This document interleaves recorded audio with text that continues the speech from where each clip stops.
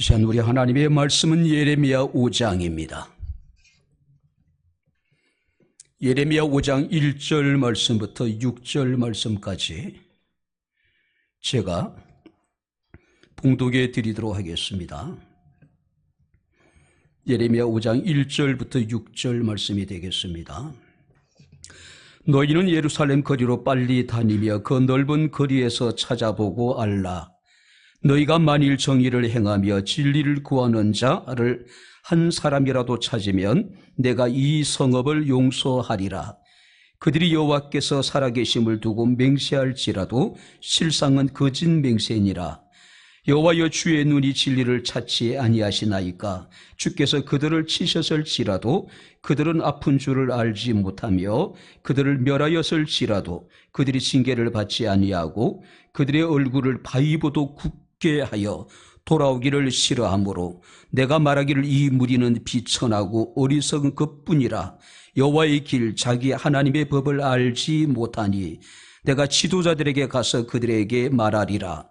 그들은 여호와의 길 자기 하나님의 법을 안다 하였더니 그들도 일제히 멍에를 꺾고 결박을 끊는지라.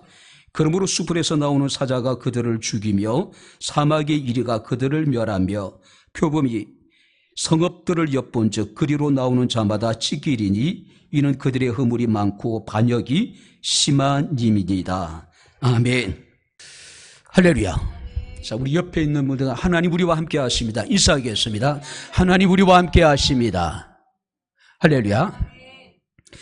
고대 그리스 이제 철학 학파 가운데 견유학파라고 하는 여러분들이 학파가 있습니다. 그 향락을 거부하는 어떤 금욕적인 삶을 추구했던 그런 학파였습니다. 이 견유학파의 가장 대표적인 인물이라면은 디오게네스라고 하는 인물이 있습니다. 이 디오게네스에 관한 일화는 정말로 많이 있습니다. 그 가운데 하나를 여러분들에게 소개하겠습니다. 자, 이 디오게네스는요, 대낮에 등불을 들고 아테네 거리를 돌아다닙니다.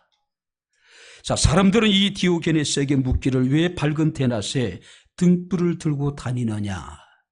그때 디오게네스가 그 얘기합니다. 정직한 사람을 찾고 있습니다. 자, 대낮에 등불을 들고 사람을 찾았는데 그가 찾았던 사람이 뭐냐면은 정직한 사람입니다. 그만큼 우리가 이 시대를 살아가면서 정직한 사람을 찾는 일이 어렵고 힘들다는 것을 우리에게 보여주는 것이 아닌가 생각이 됩니다. 자, 오늘 우리 본 말씀을 보게 되면은 기원전 아마 615년경으로 우리가 추측이 됩니다. 자, 배경은 남유다입니다. 자, 주전 722년에 북이스라엘은 하나님 앞에 범죄함으로 말미암아 아수르에 의해 가지고 완전히 멸망을 당하게 됩니다. 자, 자신들의 동족이었던 이스라엘 사람들이 멸망을 당하는 모습을 보고 남유다의 사람들은 스스로 죄악에서 돌이켜서 회개하기보다는 오히려 더 하나님을 배반하고 우상을 숭배하는 그런 여러분들이 불의를 행하게 됩니다. 자, 하나님께서는 유다의 많은 선지자들을 통해서 그들이 여호와 앞에 돌아오기를 촉구했음에도 불구하고 그들은 선지자의 경고에 대해서 철저하게 무시합니다. 다른 신들에게 분향하고 또 자신들이 손으로 만든 것들을 경배하기도 하고 또 제사장들마저도 하나님을 찾지 않았고 선지자들마저도 바로 바알의 이름으로 예언을 하기 시작을 합니다. 유다의 가장 작은 자로부터 큰 자까지 선지자들부터 제사장에 이르기까지 모든 사람들이 다 부패하고 모든 사람들이 다 거짓을 밥 먹듯이 행했다라고 하는 겁니다. 어쩌면 이사야 1장 6절 말씀으로 보게 되면은 내 백성이 발바닥에서부터 머리까지 상한 곳이 없었다라고 이야기하고 있는데 당시 유다 상황이 그러하지 않았을까? 성한 곳이 한 곳도 없었다는 것이죠.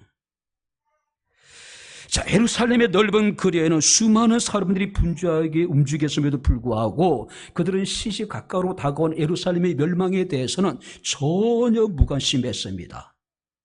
마치 예루살렘의 멸망이 자신들과 관계가 없는 것처럼 그들은 생각했다는 것이죠. 그래서 우리가 예레미야가 1장 12절 말씀을 보게 되면은 선지자의 탄식이 나옵니다. 지나가는 모든 사람이여 너희에게는 관계가 없는가? 나의 고통 같은 고통이 있는가 보라. 자, 예루살렘의 멸망과 자기 백성들이 겪게 될 그 고난을 생각하면서 선지자의 심정은 찢어질 것 같은데 정작 예루살렘의 주민들은 그 모든 것들이 자신과는 아무도 관계가 없는 것처럼 무관심했다는 것이죠. 당시 시대상을 가장 잘 나타내주는 말씀이 있는데 예레미야 6장 13절 15절이라든지 예레미야 8장 10절 12절 말씀입니다. 한번 들어보시기 바랍니다. 그들이 가장 작은 자로부터 큰 자까지 다 탐욕을 부리며 가장 작은 자로부터 큰 자까지 다 탐욕을 부렸다. 선지자로부터 제사장까지 다 거짓을 행하고, 선지자는 하나님 말씀을 대언하는 대언자잖아요. 제사장들은 백성을 대표해서 하나님 앞에 나가서 자기 백성들의 죄를 여러분들이 사는 희생의 제사를 드리는 사람들이었잖아요. 그래도 불구하고 선지자로부터 제사장까지 그들은 다 거짓을 행했다. 뿐만 아니라 그들이 내 백성의 상처를 가볍게 여기며 말하기를 평강하다 평강하다 하나 평강이 없었다. 그들이 가증한 일을 행할 때 부끄러워하였느냐? 아니라 조금도 부끄러워하지 않았다. 얼굴도 붉어지지 않았다. 큰 자로부터 작은 자 이리까지 다 그들이 탐욕을 부렸고, 하나님의 선지자와 제사장들까지도 다 거짓을 밥 먹듯이 행하고, 거짓 선지자들은 자신의 이익을 위해서 거짓된 평안을 선포하고, 근데 가장 심각한 문제는 뭐냐면은 그들이 이렇게 가증한 일을 행하면서도 부끄러움을 느끼지 못했다는 사실이죠. 아니, 얼굴조차도 붉어지지 않았다. 자, 우리가 오늘 본 3절 말씀을 보니까 그들이 얼굴을 바위보다 굳게 하여 하나님께 돌아오기를 싫어했다. 자신의 얼굴을 바위보다 더 굳게 만들었다는 것이죠. 부끄러움을 느끼지 못하는 사람, 가증한 일을 행하면서도 얼굴조차도 붉어지지 않는 사람, 바로 그것이 그 시대 사람들의 모습이고, 어쩌면 이것이 오늘을 살아가고 있는 우리들의 모습이 아닌가 생각됩니다. 자, 이런 자기 백성들을 바라보는 예레미야의 심정이 어떠했을까요? 시시각각으로 다가오는 예루살렘의 멸망, 그리고 자기 백성들이 겪게 될 환난을 생각하면서 예레미야 선지자는 눈물로 하나님께 부르짖습니다. 그래서 예레미야 선지자의 별명이 눈물의 선지자예요. 아마 자신의 눈이 진익일 정도로, 짓무를 정도로 그가 눈물로서 하나님 앞에 자기 백성들을 위해서 기도하지 않았을까? 그때 하나님께서는 유다를 치기 위해서 매를 높이 들고 계셨는데 잠시 하나님께서 멈추셨습니다. 그리고 예레미야에게 이렇게 말씀하시기를 예루살렘을 다니며 찾아보라. 의로운 사람 한 사람을 찾는다면 내가 이 성읍의 모든 죄를 용서할 것이고 이 성읍을 멸하지 않을 것이다. 자, 그것이 1절입니다. 너희는 예루살렘 거리로 빨리 달리며 그 넓은 거리에서 찾아보고 알라. 너희가 만일 정의를 행하며 진리를 구하는 자를 한 사람이라도 찾으면, 한번 따라해 보시기 바랍니다. 내가 이 성읍을 용서하리라. 이미 하나님의 심판은 확정적입니다. 자, 그래도 불구하고 하나님께서는 단 한 사람, 하나님의 의를 구하는 사람을 찾기만 하면은 그들의 죄를 사하시고 이 성읍들에 대해서 용서하시겠다고 지금 말씀하고 있습니다. 그러나 예루살렘에서 하나님을 찾는 그 한 사람, 하나님이 찾으시는 그 한 사람을 끝내 찾을 수가 없었습니다. 그 결과 예루살렘은 바벨론에 의해서 철저하게 여러분들이 회파되어지게 되고 망하게 되는 모습을 우리가 보게 됩니다. 어쩌면 이 말씀을 보면서 우리가 창세기 18장에 이 아브라함이 소돔과 고모라 성을 위해서 중보했던 그 기도를 떠오르게 했습니다. 자, 성경 말씀을 보게 되면은 하나님께서 죄악으로 물든 소돔을 심판하시기로 작정을 하셨어요. 근데 하나님께서 아브라함한테 이렇게 말씀하십니다. 내가 하려는 것을 아브라함에게 숨기겠느냐.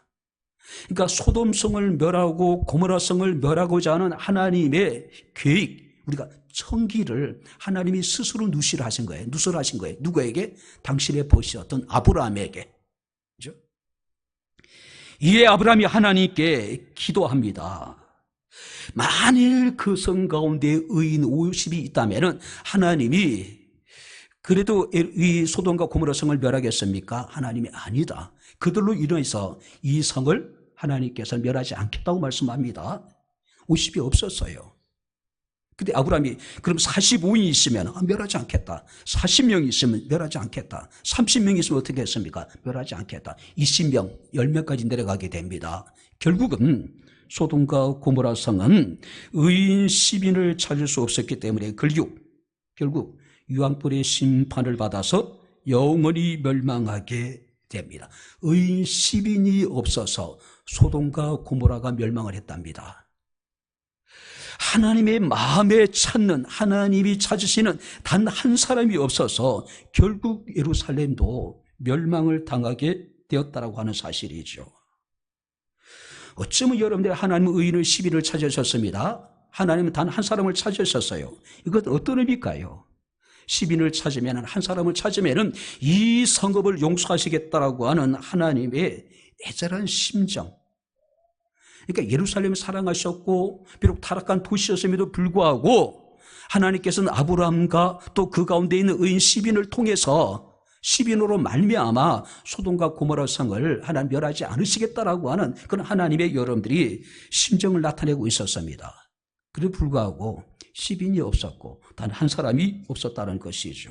자, 오늘 우리는 본문을 통해서 하나님이 찾으시는 한 사람, 그 의미를 함께 생각해 보면서 우리가 함께 은혜를 나누도록 하겠습니다. 자, 먼저 우리 1절 말씀을 우리 다시 한번 같이 읽겠습니다.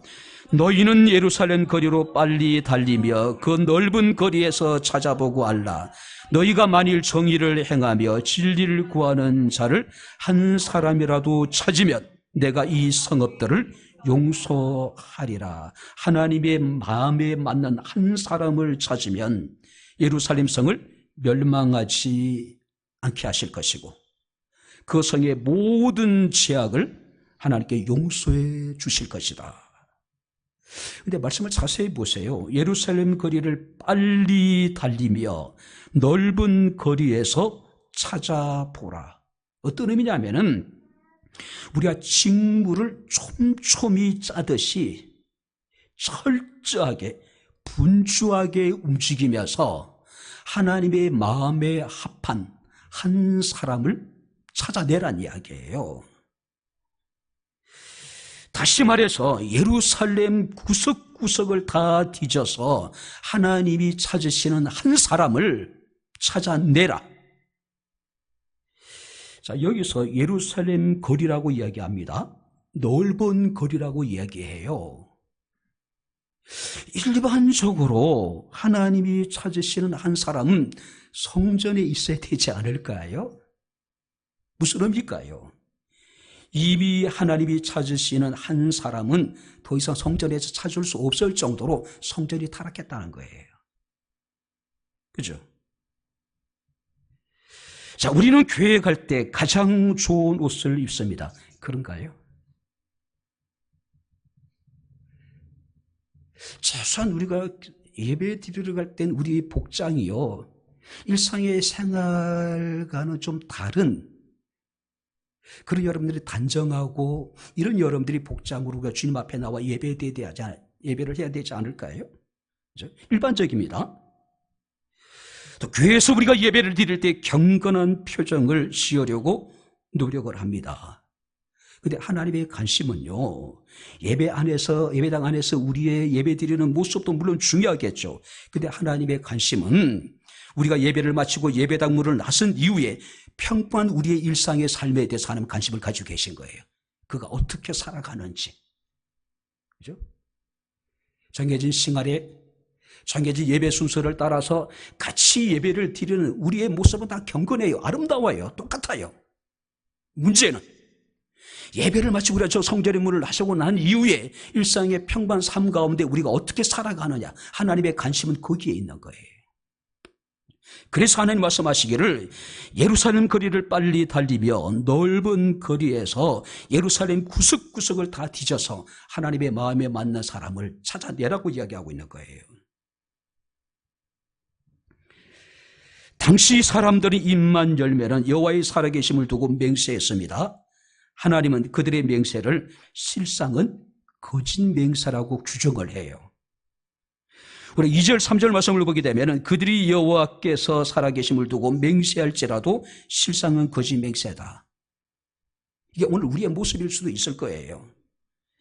주께서 그들을 치셨을지라도 그들은 아픈 줄을 모른다. 하나님이 징계를 해도 그들은 그 징계 아픔을 전혀 못 느낀다는 것이죠.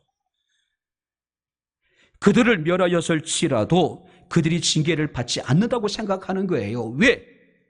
그들은 선민이라는 것이죠. 하나님 언약의 백성이기 때문에 결코 하나님 우리를 징계하지 않을 것이고 결코 우리를 버리지 아니하실 것이고 결코 우리를 하나님께서 망하지 않게 하실 것이라고 하는 착각 속에 살아가는 거예요. 잘못된 확신 속에 살아가는 것이죠.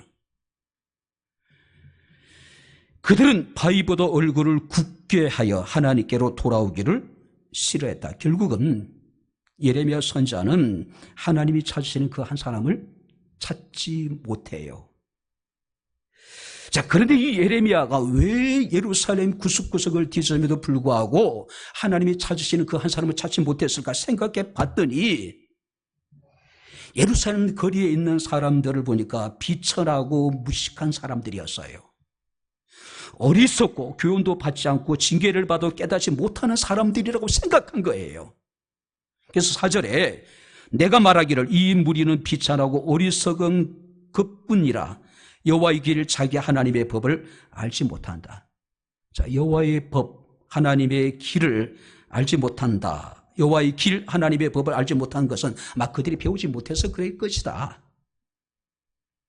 그래서 이번에는 예레미야가 예루살렘의 기인들을 찾아가요. 왜냐하면 그들은 그래도 나름대로 여호와의 길에 대해서 하나님의 법에 대해서 알고 있는 사람들이었습니다. 배운 사람들이었다는 거예요. 그래서 5절 보시면은 내가 지도자들에게 가서 그들에게 말하리라. 그들은 여호와의 길 자기 하나님의 법을 안다 하였더니 뭔가 배운 사람들이에요. 그들은 뭔가 알 수 있을 것이라고 하는 기대를 찾아갔음에도 불구하고 그들도 일제히 멍에를 긋고 결박을 끊어버렸다. 자, 비천하고 어리석고 여호와의 길 하나님의 법을 배우지 못한 사람들과는 달리 그래도 하나님의 길을 하나님의 법에 대해서 배워서 아는 사람들은 좀 나올 줄 알았단 말이에요. 그런데 예레미야 이런 기대는 여지없이 무너지게 됩니다. 그들 역시 여호와의 길과 하나님의 법을 배우지 못한 미천하고 어리석은 사람들과 하나도 다를 것이 없었어요. 뭐라고 말씀하시냐면은 멍에와 결박을 끊어버리자 하도다. 자, 멍에와 결박이라고 하는 것은 비유입니다. 하나님의 법을 따르는 삶의 방식을 그들은 버렸대. 자, 똑똑하기 때문에 배웠기 때문에 그들은 다를 줄 알았음에도 불구하고 찾아갔더니 그들에게 일말의 희망을 두고 찾아갔더니 그들 역시도 다른 것이 하나도 없다.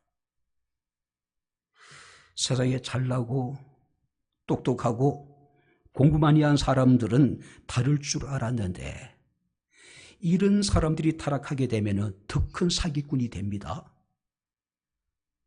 더 큰 죄를 짓게 돼요. 한국 교회가 굉장히 힘들죠. 그렇죠? 잘나고 똑똑하고 또 공부를 많이 하신 목사님들이 많이 계십니다. 큰 교회 목사님들이 많이 계세요. 근데 한국 교회가 신뢰도가 그야말로 바닥입니다. 좀 이따 제가 이제 소개하겠지만 왜 그럴까요? 똑똑하고 잘나고 공부 많이 하신 목사님들이 엉뚱한 짓도 많이 하잖아요. 자, 그러다 보니까 정말 이름 없이 빛도 없이 정말 낮은 곳에서 그리스도의 복음을 위해서 죽도록 헌신하고 있는 목회자들까지도 도매금으로 지금 넘어가고 있는 게 우리 현실이에요. 물론 우리의 책임이 있겠죠. 그죠? 바로 여러분들이 예레미야 선지자가 기대했던 그거예요.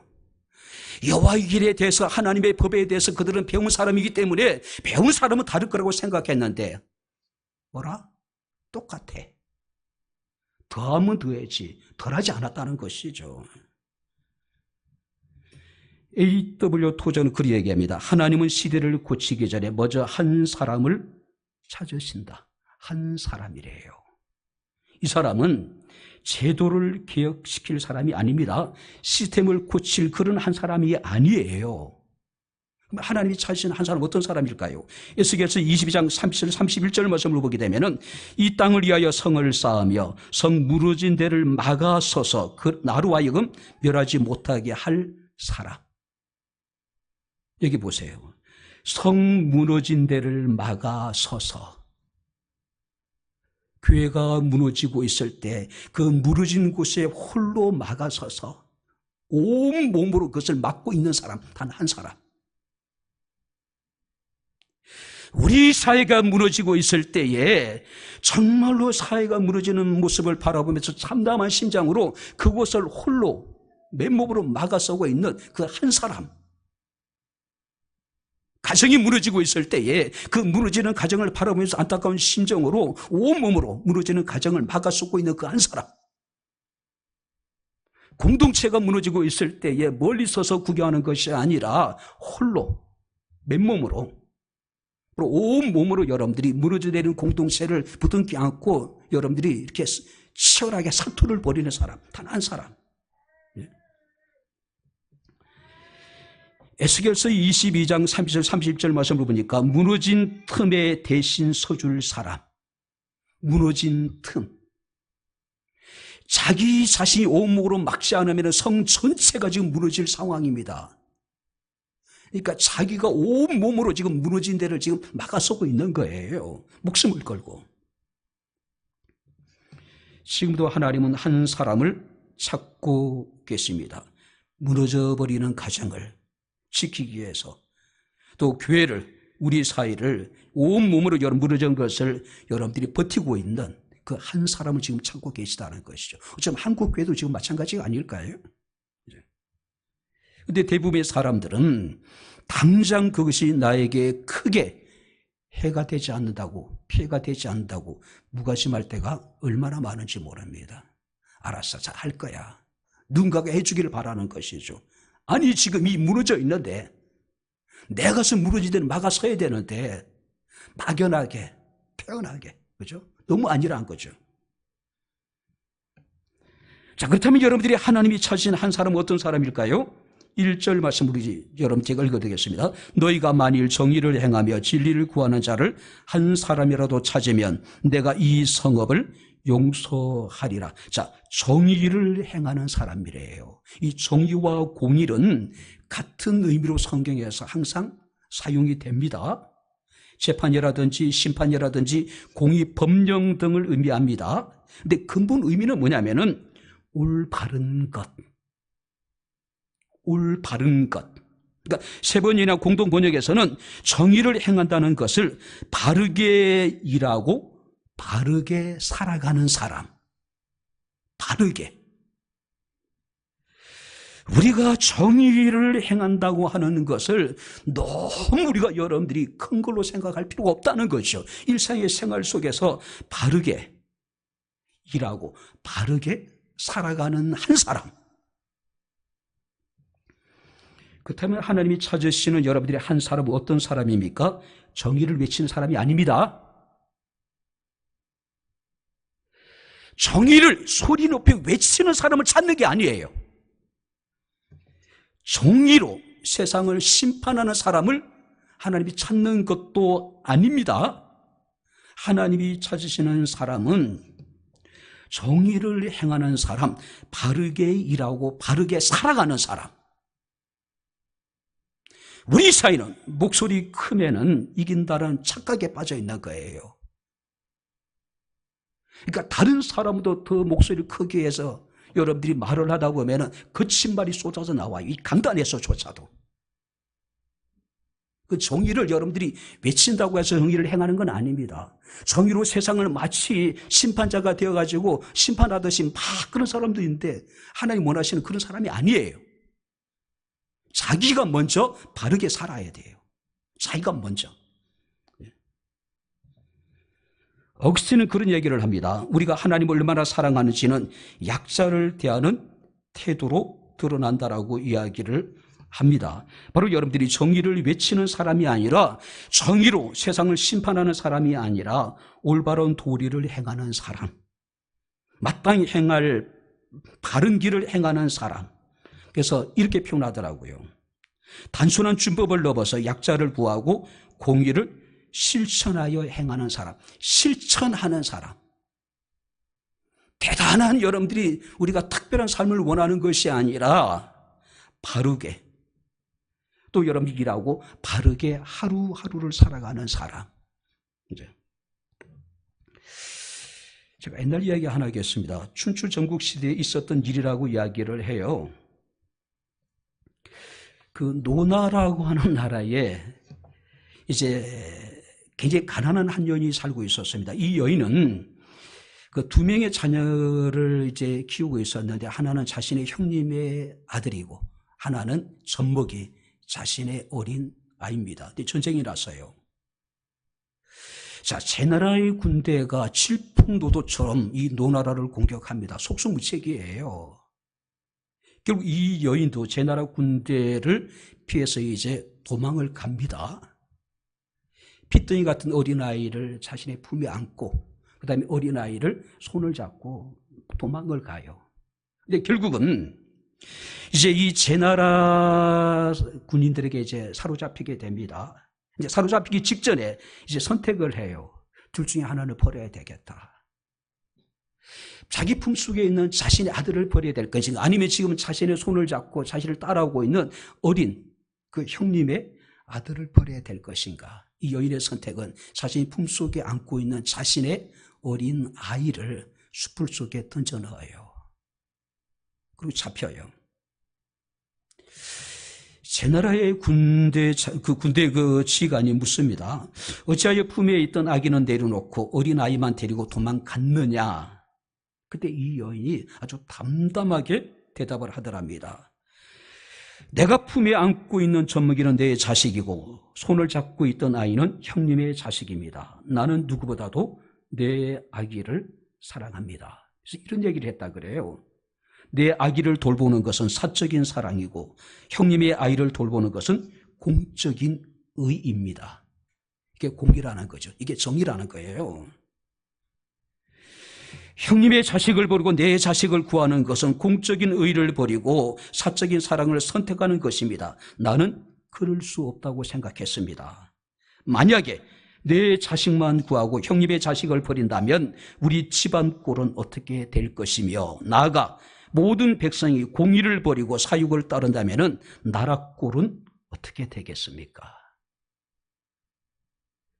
우리 사회는 어떻습니까? 공의보다는 사적인 이익이 더 크잖아요. 물론 그렇지 않은 사람도 많지요. 물론 그들을 통해서 우리나라가 건강하게 지금 돌아가고 있긴 해요. 적지 않은 사람들이요, 사적인 것이 공적인 것보다 우선할 때가 많이 있습니다. 이 말을 들은 제 나라의 장군은 공의가 무엇인지 아는 여자가 있는 성이라면 서들어갈 수 없다.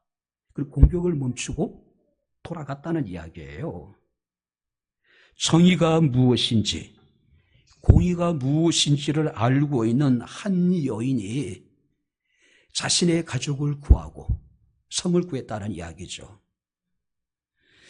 1000명의 군대보다, 10,000명의 군대보다 한 여인의 공의로움이 더 강하다는 것을 이야기하고 있는 그런 여러분들의 이야기가 아닌가 생각이 됩니다. 지혜자는 잠언서 14장 34절에 이르기를 공의는 나라를 영화롭게 하고 죄는 백성을 욕되게 한다. 역사가들은 이야기합니다. 어느 나라든 가난해가 망하는 날은 없대요. 가난해서 망하지는 않는데요. 어떻게 망합니까? 정의가, 공의가 무너지게 될 때, 도덕적으로 사회가 부패하고 타락하게 될 때에 어떤 나라든 결국 그 나라는 망할 수밖에 없는 것이죠. 이것은 우리나라 역사가 그걸 증명하고 있습니다. 고구려도 마찬가지고 신라도 마찬가지고 백제에 대해서는 좀 우리가 판단을 유보하겠습니다. 왜냐하면 역사는 승자의 역사이기 때문에, 승자가 그렇게 기록했기 때문에 있을 수 있을 것이기 때문에. 고려도 그렇잖아요. 조선도 마찬가지잖아요. 그죠? 사악한 지도층들의 여러 폐악질이 결국 조선을 망하게 만들었잖아요. 그죠? 가장이 기업주가, 여러분들이, 우리가, 목사가, 우리 사회의 지도자가 올바르게 행하지 못할 때에 가정은 무너질 수밖에 없죠. 기업도 망할 수밖에 없을 것이고, 교회도 무너지게 될 것이고, 국가도 무너지게 되는 것은 당연한 것이 아닐까요? 공의를 행한다라고 하는 것, 정의를 행한다라고 하는 것은 우리가 대단한 큰 일이 아니라는 것이죠. 마땅히 행할 바른 길을 쫓아 행하는 것, 이게 정의고 이것이 공의라는 것이죠. 미가서 6장 8절에 이렇게 기록하고 있습니다. 사람아, 주께서 선한 것이 무엇임을 내게 보이셨나니. 이게 보세요. 하나님이 우리에게 선한 것이 무엇인지를 보여주셨대요. 여호와께서 내게 구하시는 것은 오직 정의를 행하며 인자를 사랑하며 겸손하게 내 하나님과 행하는 것이 아니냐라고 말씀을 하고 있습니다.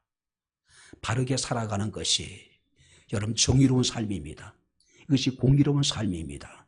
이것이 우리 사회를 건강하게 만들 것이고 우리 교회를 건강하게 만들 것이고 바로 이것이 우리를 살리는 길이라고 하는 사실이죠. 일단 마지막으로 여러분들이 우리가 하나님이 찾으신 한 사람은 어떤 사람일까요? 1절을 다시 한번 보시기 바랍니다. 너희가 만일 정의를 행하며 진리를 구하는 자를 한 사람이라도 찾으면 내가 이 성읍을 용서하리라. 진리를 구하는 한 사람. 자, 여기서 진리는요, 아멘과 같은 어원을 가지고 있습니다. 아멘.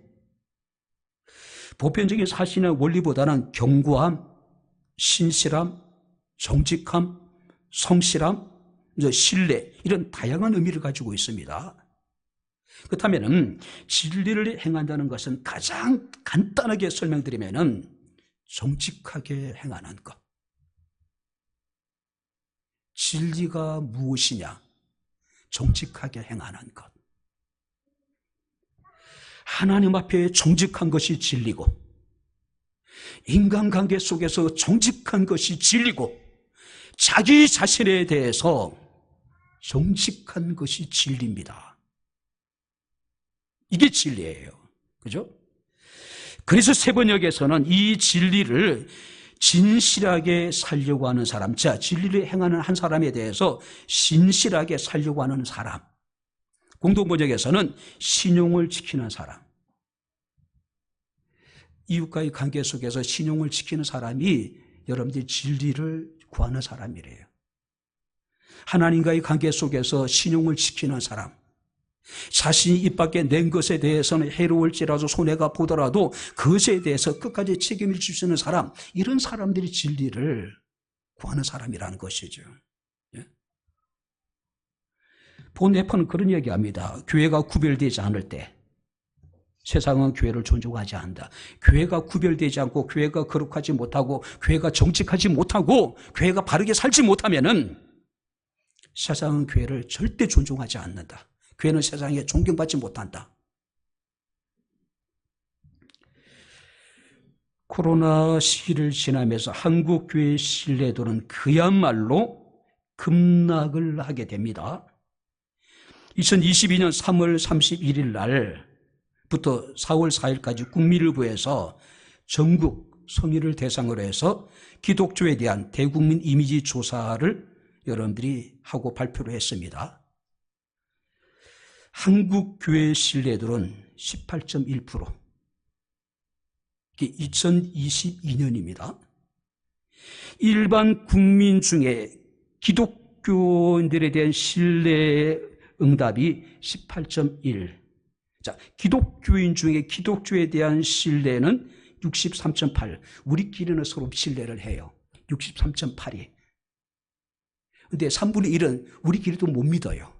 신뢰할 수 없다. 그런데 충격적인 것은 비기독교인 중 기독교를 신뢰한다고 답한 비율은 8.8. 교회 밖에 있는 사람들에게 당신은 기독교인에 대해서 신뢰합니까? 라고 물었을 때에 100명 가운데 9명만이 신뢰할 수 있다라고 답을 했습니다. 자, 그리고 기독교인에 대한 호감도를 물었습니다. 호감이 간다. 25.3. 천주교와 불교와 기독교인 3대 종교 가운데 가장 낮아요. 천주교는 65.4. 불교는 66.3. 이게 말이 됩니까? 그죠?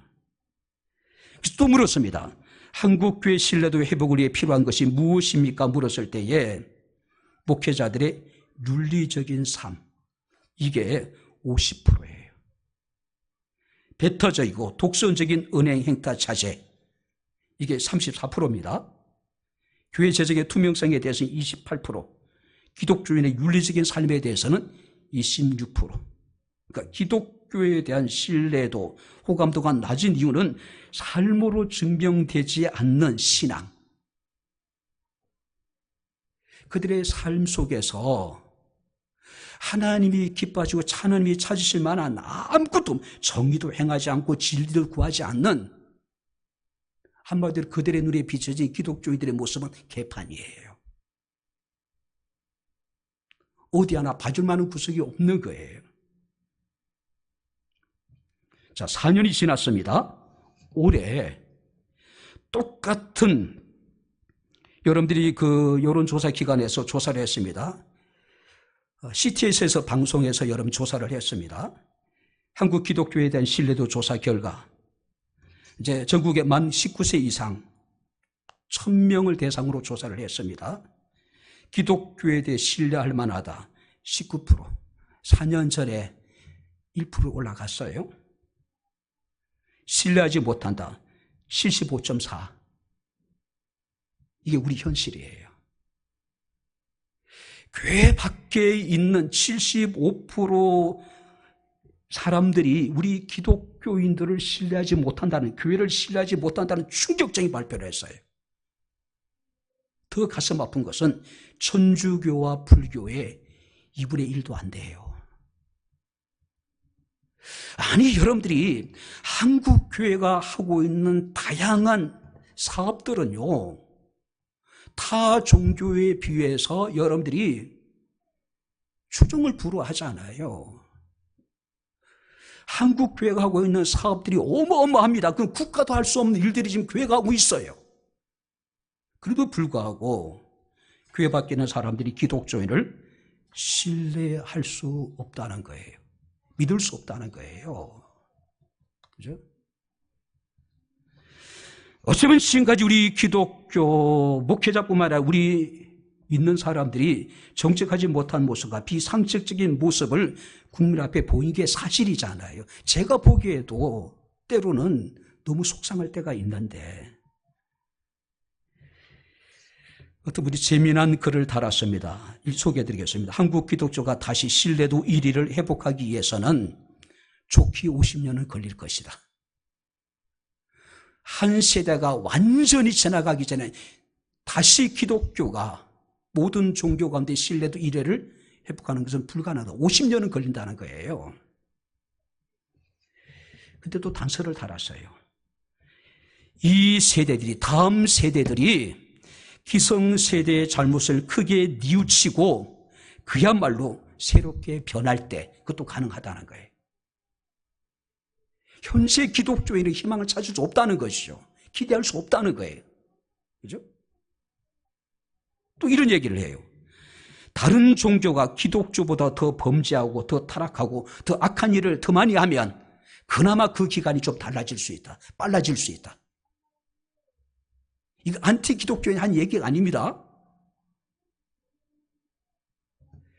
그래도 대형교회 목사님이 이런 데 나름대로 연구를 하는 분들이 이런 얘기를 할 정도면은요, 우리 한국 교회에 지금 우리의 상황이 어떠할까? 시편 15편 1절 2절 말씀을 보긴 다윗은 노래하기를 여호와여 주의 장막에 머무를 자 누구오며 주의 성산에 사는 자가 누구오니까 정직하게 행하며 공의를 실천하며 그 마음이 진실하며. 정직, 공의, 진실 당연한 거잖아요. 근데 예루살렘 거리에 정직하고 공의를 행하고 그 마음이 진실한 사람 한 사람이 없었다는 것이죠. 우리는 한국 교회는 그 사람 찾을 수 있을까요?